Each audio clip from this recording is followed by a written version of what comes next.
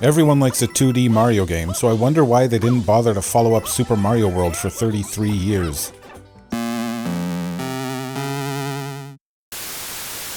Of course, there have been other 2D Marios in recent memory, but Mario Maker doesn't really scratch the same itch when the level design is mostly poo and it's your job to wade through a swamp of it to find 6 seconds of actual fun. Even the Nintendo-designed courses in Mario Maker 2 didn't feel quite right. Oh no! And New Super Mario Bros. Never bothered to even try succeeding Super Mario World. The New Soup series has always felt like a very intentional nostalgia machine. The first one on the DS certainly was, and kept the gameplay relatively simple, preferring to throw back to the NES progenitor, rather than make any attempt at meaningfully iterating and improving upon Yoshi's Island 0, at the time already 15 years old.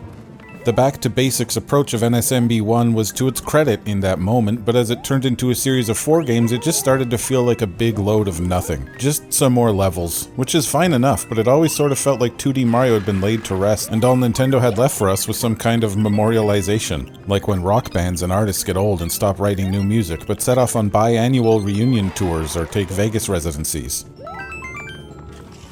But Wonder is different. It feels like a genuine sequel to Super Mario World. After a 33-year hiatus, this is Super Mario Bros. 5. And it does feel fresh and creative at last, but it's not a massive step up. It really does feel iterative, and I'm left questioning whether a game that would have been really quite incredible on the Super Nintendo is actually all that impressive after so much time has passed. It's certainly a fun game, but is it worth $70 in 2023 when the rest of the platforming genre has taken much greater strides forward than this? And generally, a really good 2D platformer these days is released with an indie price tag of $20 to $30. My first playthrough of Wonder was only 6 hours long, not that size is everything. So while Wonder is an advancement on Super Mario World, it's not a flying leap and it does very little to advance platformers. Nintendo's in a rather privileged position where they can be sure people will give Mario Wonder a look, and hey, it's fun, so isn't that enough? If the game had been named anything else, say Psychedelic Elephant, I think most players would expect a little more from it.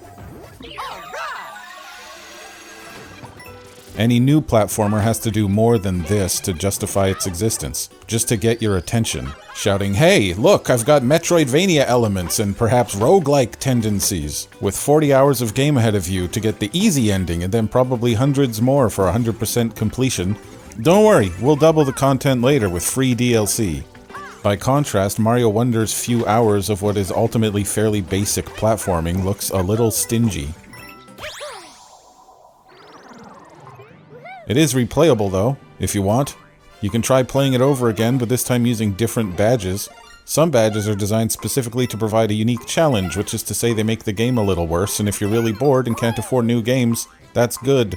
Use the one that makes you bounce forever and see how much more difficult that is.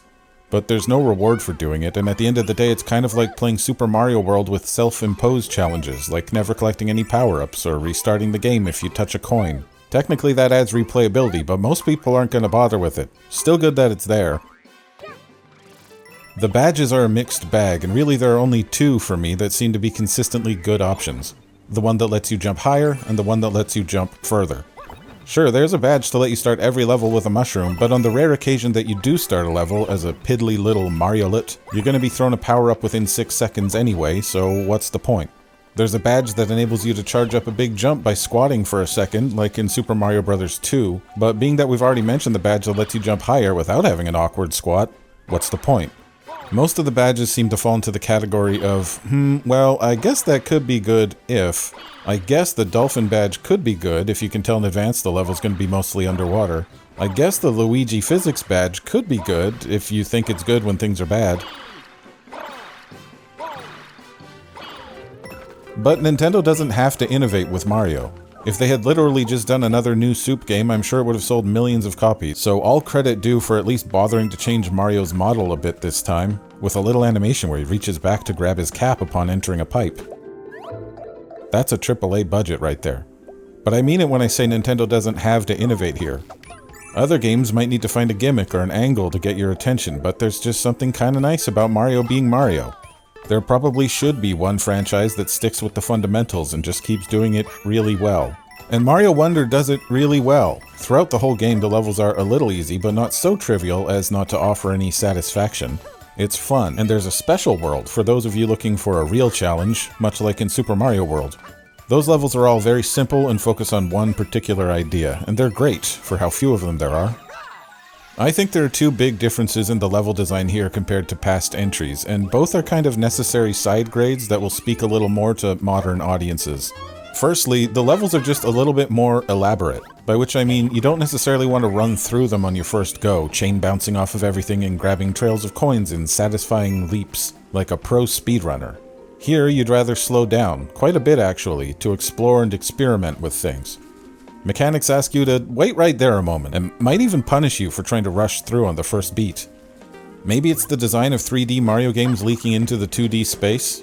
I can't remember which new Soup game added those coin outlines where you have to run through the coins to make the coins appear and then run back through them to collect them. I always found that annoying and mostly didn't bother picking them up. It's a bit like that, where everything in Wonder wants you to hang out and interact, maybe watch some animations before you can continue. These are probably good changes for the way that most people play Mario games, but it hurts the flow a little bit for me, and will likely just be annoying on future playthroughs. The other big level design change is the wacky wowie zowie factor. Nintendo has a habit of running a gimmick into the ground, but the titular wonder effects of the Flower Kingdom never got old for me. Every time I saw that undulating glob of floral fantasia, I was actually kind of excited to see how it would go. A delightful little burst of something different, and each is unique enough that they stay interesting. Mario's never been more of a drug-induced haze than this, apart from in the Mario Maker games, which I think Nintendo pulled a lot from here. Over-the-top spectacle for its own sake, and why not? Mario need not show restraint. It's not as if people are playing these games for the lore. Although there is something to be said for a good map. I think the world map is an underappreciated aspect of a Mario game.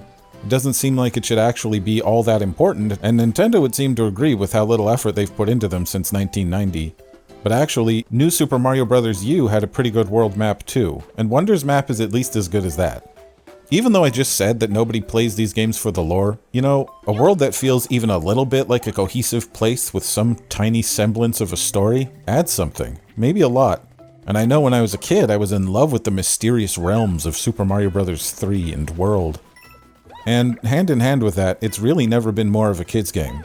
That's not really a problem for me, as really Mario has gone here from being designed for 6-year-olds to now being designed for 5-year-olds, so maybe it's a subtle difference. But there were actually times I considered that this game wasn't made for me. That said, I don't think Mario games should be made for me. These are kids' games. New Super Mario Bros. Sold itself to nostalgic 40-year-olds, but this one's for their children. And even though I'm a childless loser, I'm gonna play this no matter what, so you'd be making a big mistake to tailor Mario games to my tastes. Maybe they could get Tom York to do the soundtrack on original NES hardware. But no, I'm glad Mario's corny. And I'm glad they've kept the invincible characters in for your kids or little brothers or whoever to play along with you, even though they suck. What if Mario had grown with his audience? What would a more mature Mario look like? Instead of listening to Charles Martinet shouting wah-hoo yippee through a series of jumps, you could have a much more realistic, ow, my sciatica! I'm behind on my mortgage payments! But, oh, they've replaced the voice actor with somebody younger, so just be glad it stayed largely the same and they don't have a fully voiced Mario rizzing on Peach. Super Mario Bros. Wonder is just exactly what you would expect it to be, but nothing revolutionary. I'm definitely much happier to have this over New Soup 5. It's a solid platformer with a wide enough variety in its level design and a few power-ups and badges to play with. It'll likely surprise you a few times, even delight you. And if you really want to explore the map and collect everything in every level, you can probably even get your money's worth.